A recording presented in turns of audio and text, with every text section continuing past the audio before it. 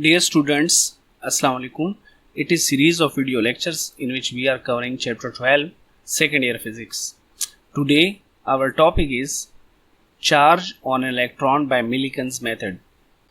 In 1909, R.A. Millikan successfully devised a technique through which he precisely made charge on electron.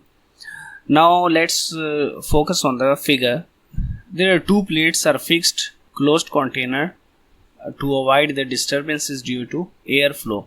The upper plate has a hole inside it and it has a microscope so that we can see in between the plates. From the left side there is an arrangement of light, and on the right side potential difference is applied between the plates. This potential difference produces electric field between the plates. This electric field can be calculated by equation E equals to V over D, which we have derived in topic potential gradient. In the upper right corner of the container, there is an atomizer to spray the oil droplets into the container.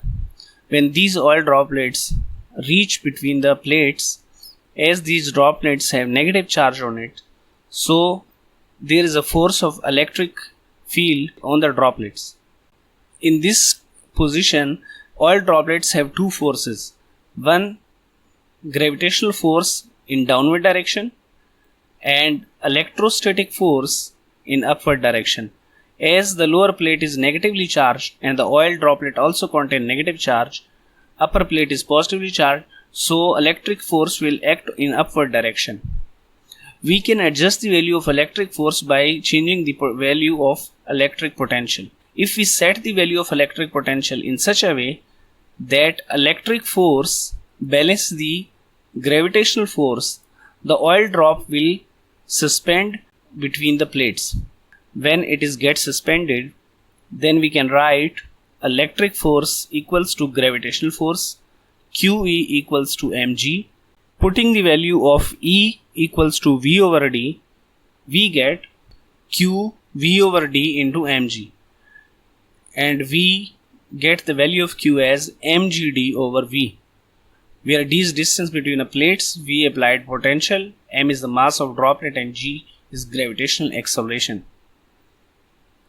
In this equation, G, D and V are easily accessible, but mass of the droplet creates problem here. To find the mass of the oil droplet, we switched off the electric field and allowed the oil droplet to fall with terminal velocity v.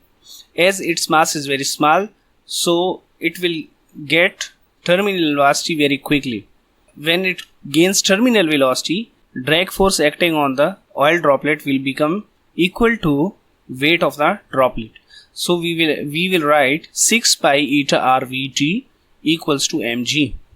Here r is the radius of the oil droplet, vt is the terminal velocity of the oil droplet, and eta is the viscosity of air.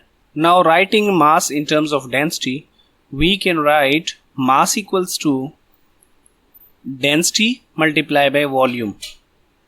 As we know that density always equals to mass per unit volume. So mass equals to volume multiplied by density. Assuming that the oil droplet is has spherical shape, then its volume will be 4 over 3 pi r cube. Now putting this value of mass in this equation, we get 4 over 3 pi r cube rho g equals 6 pi eta rv. From this equation, r equals to 9 eta vt over 2 rho g. Now if we know the values of eta, terminal velocity, density of oil and gravitational acceleration, we will get radius of the oil droplet. By putting this radius in this equation, we will get mass, and putting mass in this equation, we can get charge on the oil droplet.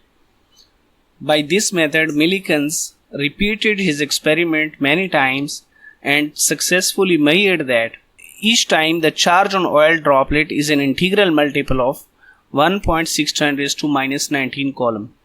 He therefore concluded that this minimum value of the charge is the charge on an electron.